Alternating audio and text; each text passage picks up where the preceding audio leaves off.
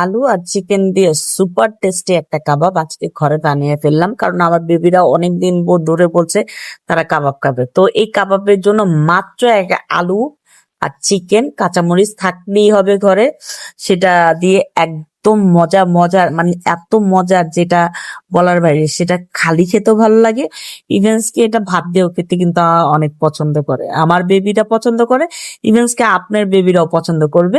আপনারা এটা করে দেখতে পারেন। তো এখানে আলু সিদ্ধ করা নিয়েছি, চিকেন নিয়েছি, পেঁয়াজ নিয়েছি, কাঁচামরিচ নিয়েছি।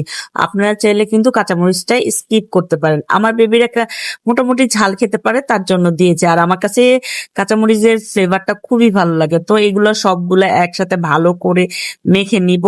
নিয়ে তারপরে ম্যাজিক মশলা, 5 টাকা দামের মাত্র ম্যাজিক মশলা যেটা আছে ম্যাগি, ওইটা একটু দিয়ে নিয়েছি ফ্লেভারের জন্য।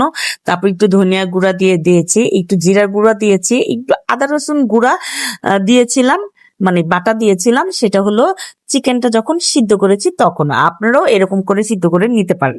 তো এটার সাথে আমি একটু মরিচের গুঁড়া দিচ্ছি, কারণ আমাদের ঘরে সবাই স্পাইসি খায়, বাট আমার ছোট ছেলেটা খায় না, তারপরও আমি দিয়েছি, কিন্তু ও যাতে খেতে পারে ওই রকম ভাবে দিয়েছি। তো এই মশলাগুলো দিয়ে আবার সুন্দর মতন মেখে নিয়েছি। মেখে নিয়ে দেন এরকম ভাবে ছোট ছোট গোল করে প্যারা বলে বা যাই বলে আপনি সেটা করে নেবেন। মানে আমি এভাবে কাবাবে আকারে দিয়ে নিয়েছি।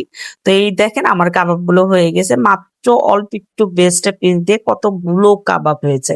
তো সেক্ষেত্রে আবার ডিমের মধ্যে আগে একটু কোট করে তারপর বিস্কিটের গুঁড়াতে, মানে টোস্ট বিস্কিটের গুঁড়াতে আমি এটাকে কোট করে রেখে দিব 20 মিনিটের থেকে 30 মিনিটের জন্য ফ্রিজে। বা আপনি এভাবে করে আপনারা ডিপে ফ্রিজেতে 1 থেকে 1.5 মাস পর্যন্ত ফ্রোজেন করে খেতে পারবেন।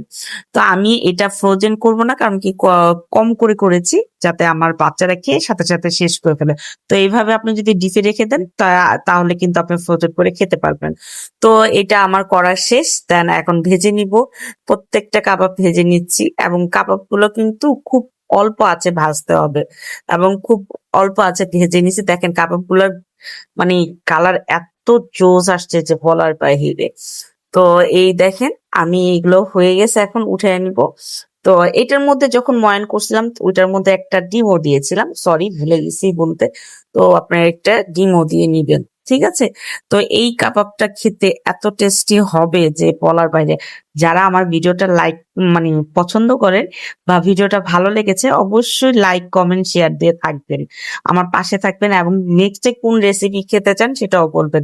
এই যে তাসিন কিন্তু গরম গরমই খাওয়ার জন্য পাগল হয়ে গেছে, কারণ ওর কাছে এই কাবাবটা ওর কাছে অনেক ভালো লাগে। যে ওকে দিচ্ছিলাম আর ও দেখেন ফু দিয়ে খাচ্ছে।